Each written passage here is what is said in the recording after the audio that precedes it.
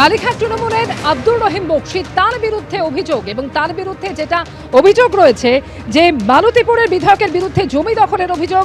আব্দুর রহিম বক্সীর বিরুদ্ধে অভিযোগ রয়েছে রতুয়ার মহিলার। রতুয়া থানায় এনে অভিযোগ দায়ের করেন রুকুন্দিপুরের বাসিন্দা শকুন্তলা ঘোষ।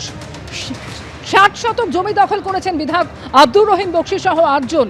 রতুয়া বিডিও অফিসের সামনে 60 শতক দেবত্বর সম্পত্তি জবরদখল করা হয়েছে।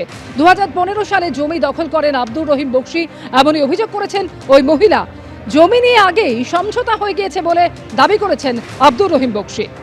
15 সাল থেকে একে একে জায়গাগুলো দখল করে নিয়েছে, দখল করে বিভিন্ন রকমের প্রাণনাশের হুমকি দিয়ে বিভিন্ন রকম অবৈধ কাগজ করেছে, আমাদেরকে দিয়ে করিয়েছে। এবার আমরা আমাদের এই সরকারের উপরে ভরসা আছে, আমরা আমাদের দেবত্ব সম্পত্তি পুনরায় ফেরত পাবো।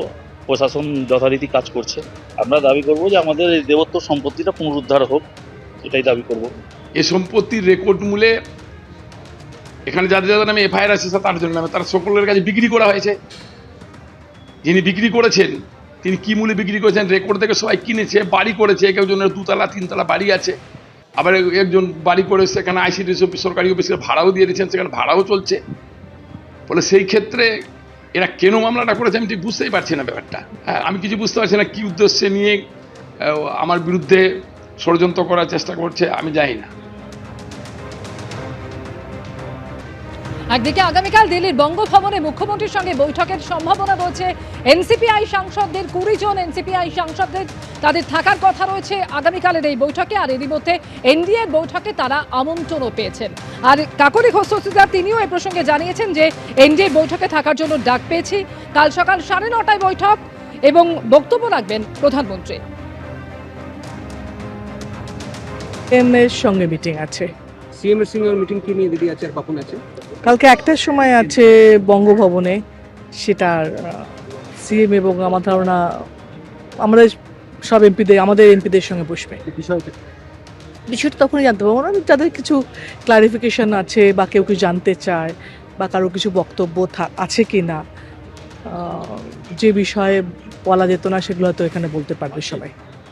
মুখ্যমন্ত্রী মিটিং করছেন বঙ্গভবনে, এই কোনো গুরুত্বই নেই। না মুখ্যমন্ত্রীর গুরুত্ব আছে, না মুখ্যমন্ত্রী তো এখানে ওখানে দৌড়ে বেড়াচ্ছে আর সাম্প্রদায়িক কথাবার্তা বলছে।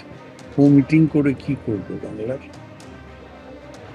চলে আসি পরের খবরে। এবার কাজল শেখকে লক্ষ্য করে চোর চোর স্লোগান এবং তাকে লক্ষ্য করে একের পর এক ডিমও ছোড়া হলো।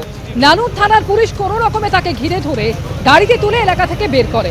কাজল শেখকে ডিম ছোড়ার ঘটনায় পুলিশ কয়েকজনকে পাকড়াও করেছে।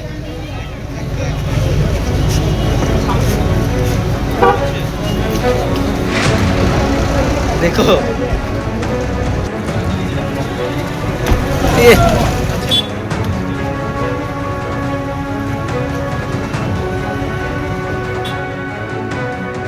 এবিপি আনন্দ, এগিয়ে থাকে, এগিয়ে রাখে।